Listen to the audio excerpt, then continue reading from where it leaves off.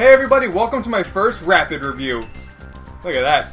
Today we're going to be looking at Armillo for the Wii U eShop. I think they spelled armadillo wrong. Armillo is, by definition, a platformer, but really it's one of those odd cases where there's not really a whole lot of platforming in it. You play as Armillo, or sometimes his blue-shelled brother, Ball. That's a weird name. And you adventure across handfuls of spherical planets a la Super Mario Galaxy. There's only one planet per stage, but there's actually a surprising amount of stuff found here.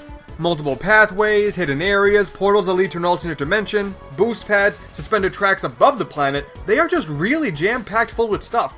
And the controls feel so smooth and you move at such a nice brisk pace, it actually sort of feels very Sonic-y at times. Armillo even has a bit of a spin dash move in there too, just to seal the deal. But mostly the game is about solving puzzles and completing challenges, only rarely giving you some actual platforming.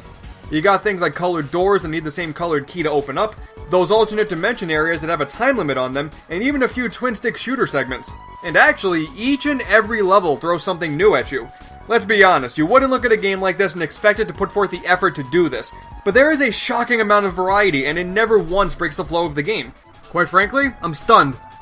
And as a quote-unquote platformer, of course there is stuff to collect. Firstly are just a ton of orbs. These are really just everywhere in the levels, and you use these in an ever-growing shop of add-ons, like extra lives, a few new abilities, etc. But then, more importantly, there are these trapped little water drop critters or something, and they help open up your pathway to the end of a stage.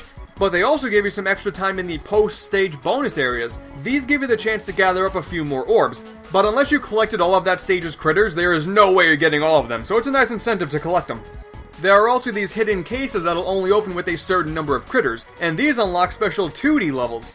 It is required to do a few of these to beat the game, but they're actually pretty fun despite being totally different from the main game. The only real issue with that is that the controls are a bit iffy. They're like stiff and mushy at the same time. I don't know, it's weird. Presentation-wise, let's be real, it's nothing special. Graphically, it's very simplistic with bare bones lighting effects, but I guess it gets the job done. The same unfortunately goes for the music too, only rarely offering up any slightly memorable tunes. Which is pretty weird because those 2D levels actually feature some pretty awesome techno music. Didn't see that one coming. The game is also pretty short. You can seriously beat the whole thing in about 2 hours, maybe adding in another hour if you want to go for all gold medals or want to complete every single 2D level, but it's still not a long adventure.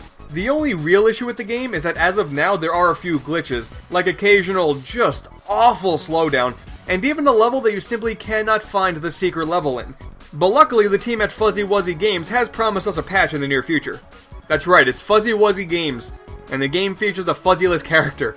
I love the irony. So at the end of the day, Armillo was a surprisingly solid game. It actually had a bit of hype going for it too, as one of the Wii U eShop's premier indie games. And I gotta say, it was actually well worth the hype. It's certainly not gonna blow your mind, but if you want a fun game that you wouldn't normally think would be good, go ahead and give this one a shot. You could do much, much worse. I'm gonna go ahead and reward Armillo with a, hey, alright, out of 10. That's right, that's gonna be the new rating system. Don't even care. Seriously, what kind of stupid name is Ball?